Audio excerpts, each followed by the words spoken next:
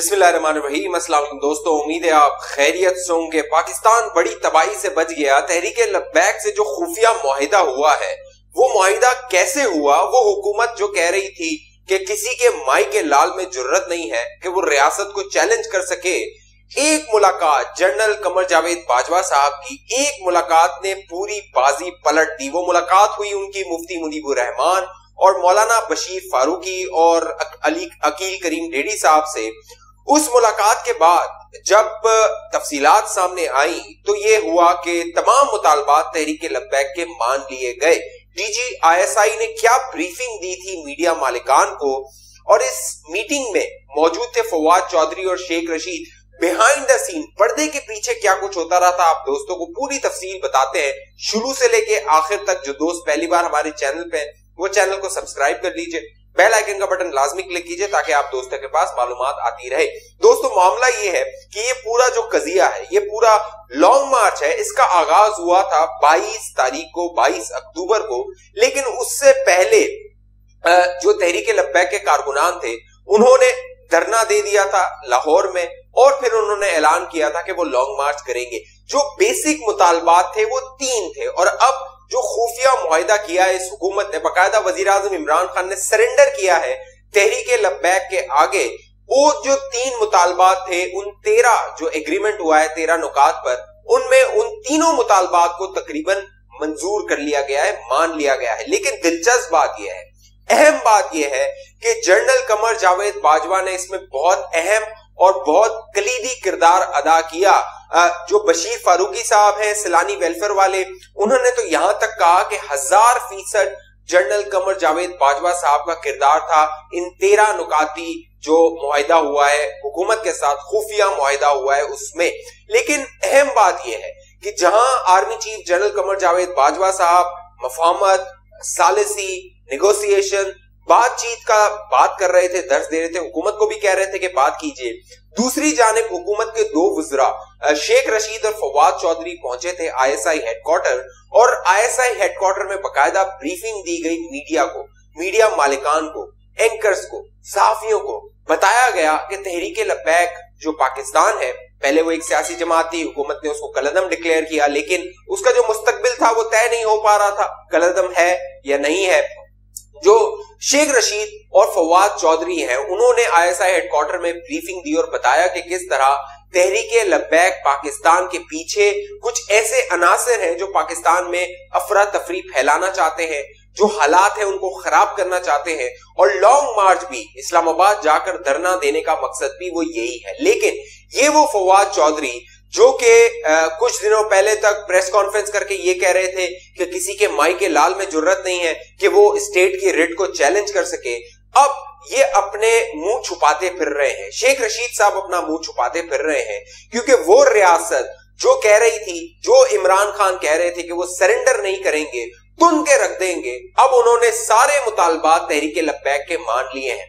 अहम बात यह है कि जो मीटिंग हुई थी, वजीर आज़म इमरान खान जो सऊदी अरब से वापस आए थे, उसी रोज, मंगल का रोज था, वो मीटिंग हुई थी। उस मीटिंग में आर्मी चीफ और DG ISI ने हुकूमत को मशवरा दिया था, वही मशवरा जो नून लीग के हुकूमत में शाहिद खान अब्बासी साहब को मशवरा दिया गया था जनरल बाजवा की जानिब से कि इनसे बात कीजिए, मुज़ाकरात कीजिए, वही मशवरा इस हुकूमत को दिया गया। लेकिन इस हुकूमत ने उसको मानने से इनकार कर दिया। हालांकि शेख रशीद प्रेस कॉन्फ्रेंस में बता चुके थे कि आर्मी चीफ और DG ISI की मौजूदगी में यह तय हुआ है कि तहरीक लब्बैक से बातचीत होनी है, मुज़ाकरात होने हैं। लेकिन अगले रोज, बुध के रोज, जब काबीना का इजलास हुआ तो वजीर आजम इमरान खान के आसपास बहुत सारे लोग हैं जो उनके कान बढ़ते हैं। वजीर आजम को कहते हैं कदम बढ़ाओ इमरान खान, हम तुम्हारे साथ हैं। तो उन्हीं लोगों ने इमरान खान को मरवाया, इमरान खान को मशवरे दिए कि तुम के रख दें, ये रियासत की रेट को चैलेंज कर रहे हैं, और जो पंजाब पुलिस है वो इनको रगड़ के रख देगी। जिस तरह पंजाब पुलिस के बारे में मशहूर है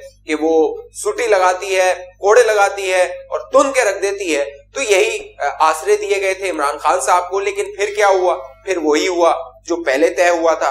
नेशनल सिक्योरिटी कमेटी की मीटिंग हुई, उस कमेटी की मीटिंग में भी जो एस्टेब्लिशमेंट के आला हुक्काम है उन्होंने मशवरा दिया कि इनसे बातचीत कीजिए, मुज़ाकरात कीजिए और मामलात को अफ़वाम व तफ़हीम से तय कीजिए। फिर वजीर आज़म इमरान खान ने उलमा मशाइख से मुलाकात की।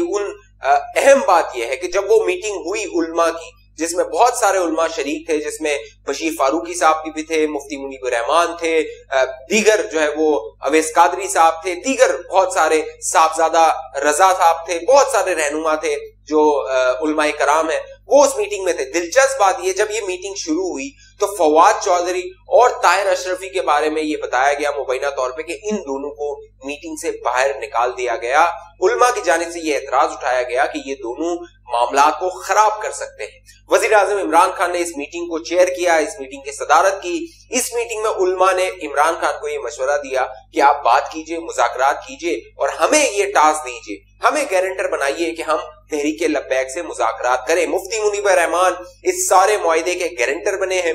बाकायदा ये खुफिया मुआहदा किया गया है, इसका ऐलान नहीं किया गया, लेकिन जराए से तमाम वो जो 13 नुकात है वो सामने आ गए हैं। और वो जो 3 बेसिक मुतालबात थे, पहला मुतालबा था कि तहरीके लब्बैक से पाबंदी हटाई जाए, जो फवाद चौधरी साहब कहते थे ये एक दहशतगर्द जमात है, तो अब उसे सियासी जमात के तौर पे कबूल किया है हुकूमत ने खुफिया मुआहदा करके। दूसरा मुतालबा था कि साद रिजवी को रिहा किया जाए। साद रिजवी के हवाले से हुकूमत ने यह फैसला किया है, मुआहदा किया है कि अदालत अगर उन्हें रिहा करती है तो हुकूमत उस पर रोड़े नहीं अटकाएगी। पहले ही अदालत उनके बारे में बहुत सारे हुक्म दे चुकी है। तीसरा मुतालबा तहरीके लब्बैक का था कि उनके जितने भी कारकुनान हैं उनको एक तो रिहा किया जाए और उनपे जो केसेस हैं वो खत्म किए जाए, साथ साथ जो 4th शेड्यूल पे रहनुमा है उनको भी खत्म किया जाए।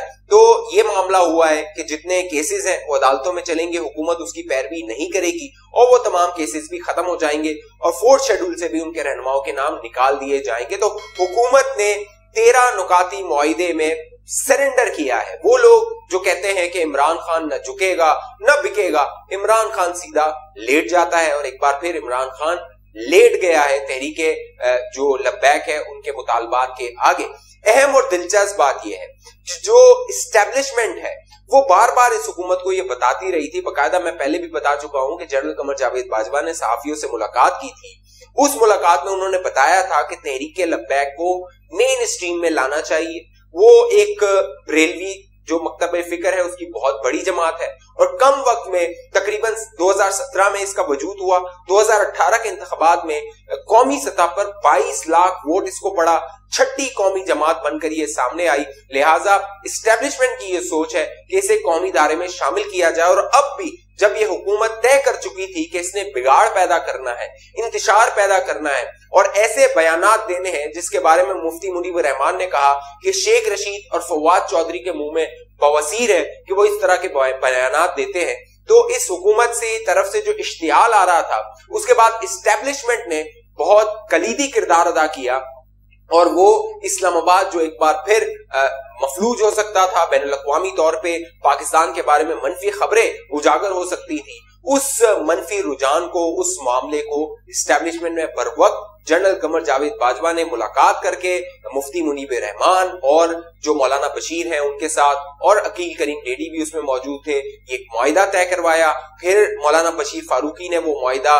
दिखाया कि वो मुआहिदा एक सील पेपर में है, सील है और उस मुआहिदे में अब कहा जा रहा है कि अगले 15 दिन पे उनमें अमल दरामद हो जाएगा। साथ साथ एक कमेटी बना दी गई है जिसमें हुकूमत की जानिब से असद कैसर साहब हैं, शामिद कुरैशी साहब हैं, अली मोहम्मद खान साहब हैं। अली मोहम्मद खान साहब उसकी सरबराही कर रहे हैं। दूसरी जानिब मुफ्ती मुनीब रहमान साहब उनके गारंटर हैं तहरीके लब्बैक की जानिब से। और अब कहा यह जा रहा है कि अगले 10-15 दिन में इन मुआहिदों पर अमल हो जाएगा।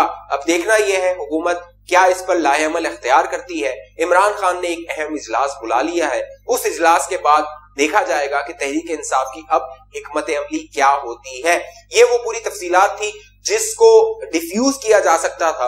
पहले मैं अपनी एक वीडियो में बता चुका हूं कि तहरीक लब्बैक बिल्कुल नहीं चाहती थी कि वो लॉन्ग मार्च करे, वो एहतजाज करे। अगर वो वीडियो आप दोस्तों ने नहीं देखी, वो यहाँ लिंक आ रहा है, वो वीडियो देखिए। उसमें मैंने पूरी तफसील बताई थी कि किस तरह जो ओरिया मकबूल जान साहब है उन्होंने बताया था कि तहरीक लब्बैक लॉन्ग मार्च नहीं करना चाहती थी। वो ये चाहती थी कि सिर्फ एक कमेटी बना दे वजीर आला पंजाब, लेकिन वो कमेटी भी नहीं बनाई गई। इस हवाले से आप दोस्तों की क्या राय है नीचे कमेंट कीजिए। जिन दोस्तों ने अभी तक हमारा यूट्यूब चैनल सब्सक्राइब नहीं किया वो सब्सक्राइब करके बेल आइकन का बटन लाजमी क्लिक कीजिए ताकि आप दोस्तों को मालूमात मिलती रहे। अगली वीडियो तक के लिए मुझे इजाजत दीजिए, अपना ख्याल रखिएगा। पाकिस्तान जिंदाबाद।